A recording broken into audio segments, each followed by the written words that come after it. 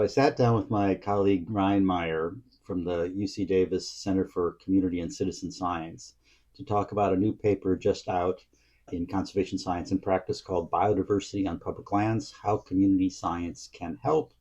A suite of authors, the corresponding author being Tony Lynn Morelli. I did a terrible job introducing him, and so I'm redoing this by myself here.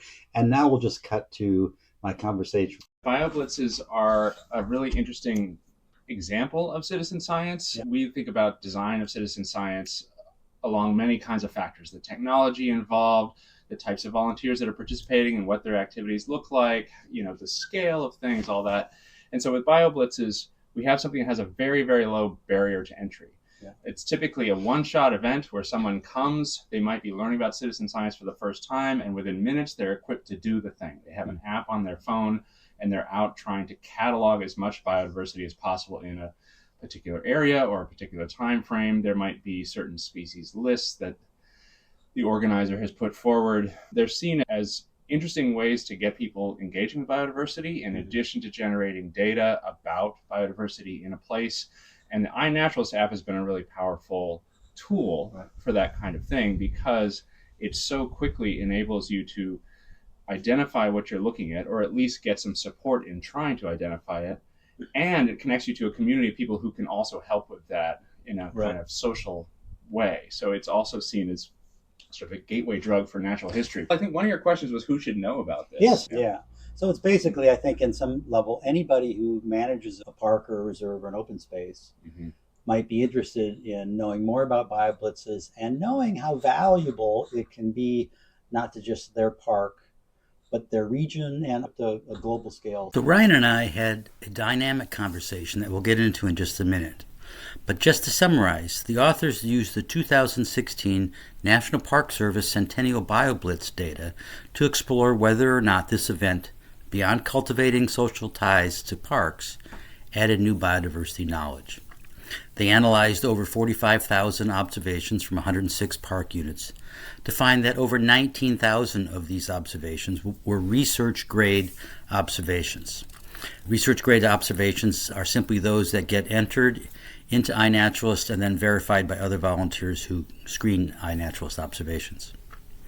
Then the authors compared these records to 2019 park species checklists to find that the BioBlitz exercises added 187 new species occurrences across these parks, including 141 previously undocumented native species and 46 previously undocumented non-native species.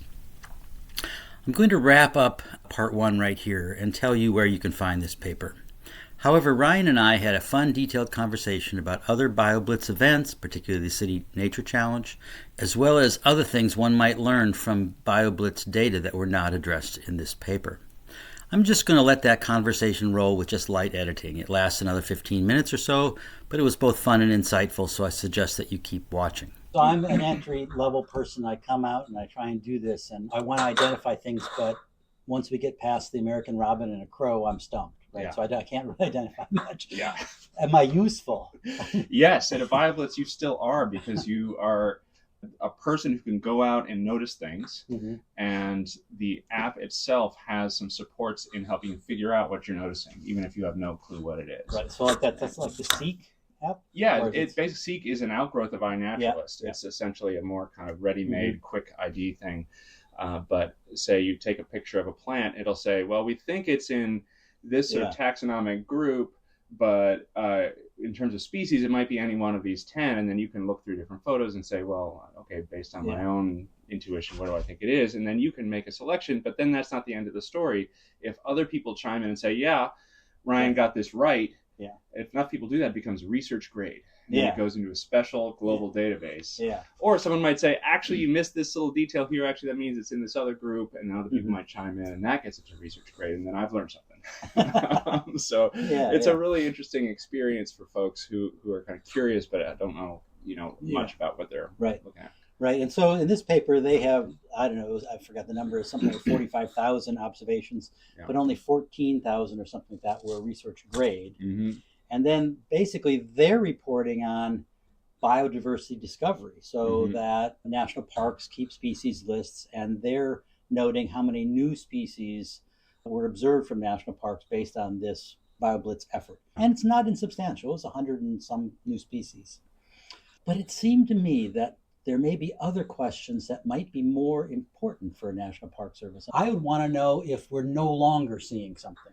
Yeah. Right? And that's a lot harder to get. It really has Yes. absences then. But you could do it on something like frequency. So like, oh, we've done BioBlitzes for 10 years. People always see this species, and now we're not seeing it. Mm-hmm. That may not be an absence, but it certainly indicates a decline. I'm wondering, are we seeing people deploy BioBlitzes in that kind of repeated fashion? Yeah, exactly right. And one of the issues with iNaturalist is it's great at detecting presence of certain kinds of things that people notice and want to document, and it's terrible for detecting absence. But that idea about recurring observations and just what can come from a really large data set, you can start to get to more sophisticated questions that normally you'd want a careful experimental design to get at. Yeah. I can't directly answer your question about whether people have started to get at absence in that way, but there are repeated bioblitzes. For example, the City Nature Challenge we were just talking about. Every year, 4 days of concentrated effort in these major metropolitan areas all over the world.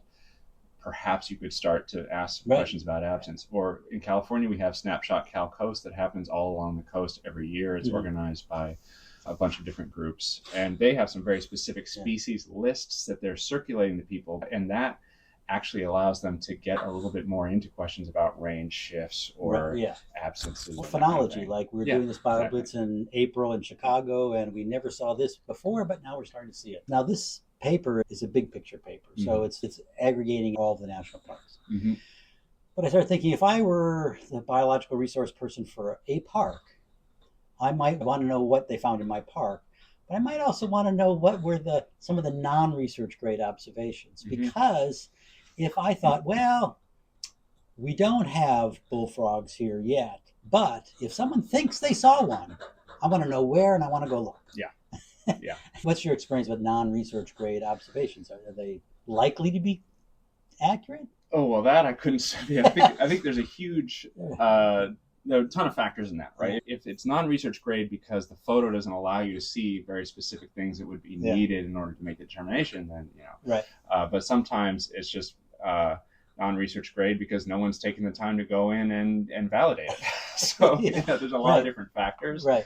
I mean, that's a good point, is that you can participate in the BioBlitz by actually going out and observing, but you need a lot of participation in validation. Absolutely. So the City Nature Challenge has a 4-day observation period, but then there's a big push after that where they say for the next week, try to rally people around identification.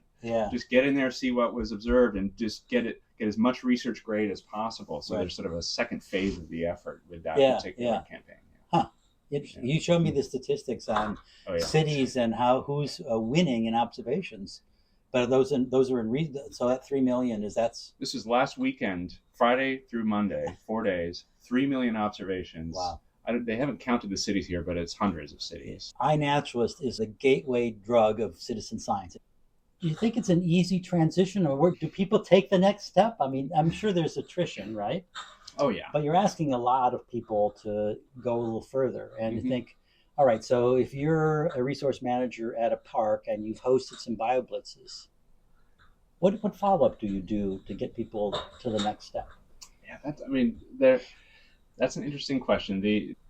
The amount of effort it takes to host a BioBlitz is probably a lot smaller than an ongoing observation effort that is more around experimental design, that takes training of volunteers. If you have the capacity to do that kind of thing, then a BioBlitz is a great way to potentially recruit volunteers into something like that, either at its early phase or just in an ongoing way.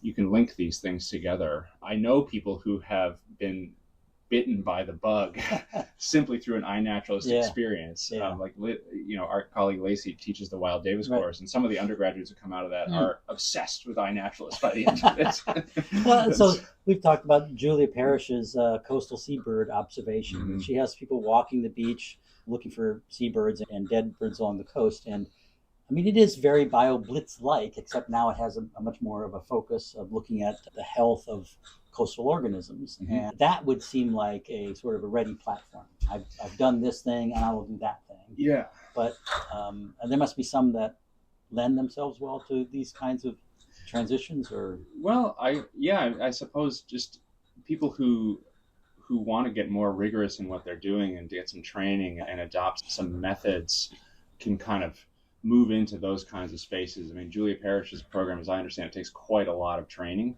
before you're allowed to go out and do the thing at all. Yeah. It's many hours. Reef Check California is another example like that. Yeah. But you are more engaged in the whole process, right, and presumably you're getting a steward of the data quality and getting some feedback. Like I don't know about the National Park Bioblitz series or the City Challenge, but do participants get feedback on what they've helped the area discover? A well-designed project, sure. So that's an open question with these national park bioblitzes. I'm sure it was different in every case because you had different organizers and different audiences they were reaching, but you want to have that feedback loops of various kinds. Yeah.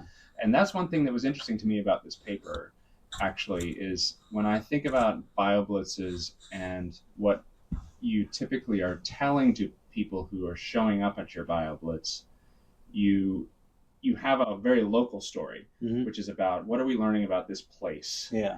And, for example, I, as a manager of this park, I have these questions about invasive species or novel native species that we didn't know were here or that kind of thing.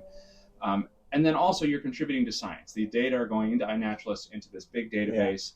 And I usually assume that the story there is, that's for these big global experiments. They're not related to this place. Right. But here's an example where through the big data global analysis, it feeds information right back to that place. It's very relevant in that place. And a single organizer could potentially do that analysis, but to do it in a way that relates to all these different specific sites, to say, here's something to follow up on, or here's something you might not have known about your place. I think that's kind of cool that the global and local have been knitted together in this paper. Oh, nice. Yeah, that's good. So I want to just ask a bit about taxonomic bias in bioblitzes, just out of my curiosity, because I've tried to contribute things to iNaturalist, and my phone takes very poor pictures of birds. Yeah. I was surprised how prominent birds were in this because they're impossible with smartphone cameras. I know. Yeah. I mean, you can do the plants. Yeah. But beyond that, it's kind of hard to get. It's not surprising that plants were the most observed in these databases. And so, are people bringing out their 35 millimeters with their? It must be with their telescopic. Some are. Yeah. If people are wandering in for the first time, probably not. But I know there are some super users like our colleague Jonathan Eisen, who is one of the largest iNaturalist contributors. Full stop, has contributed tens of thousands of observations. He's out in the Yola bypass with his giant lens. Getting amazing pictures of birds. I think one thing that's reflected in this paper that is there's a growing pile of these kinds of things. As these databases grow and as these apps get more and more kind of a timeline behind them, you can start to ask social science questions about how these apps are used by people. And some of those social science questions are crucial to the analysis focused on natural science questions. Because you need to understand the dynamics of use and contribution in order to appropriately analyze the data that you're working with. On the other hand, sometimes you're just asking really interesting social science questions that you wouldn't have been able to get to before. There have been studies of how charismatic different species are based on their relative prominence in the database, or how charismatic certain sites are based on nearby population density and the amount of iNaturalist activity in those sites. So there's some really cool feedback loops there. And I suspect that,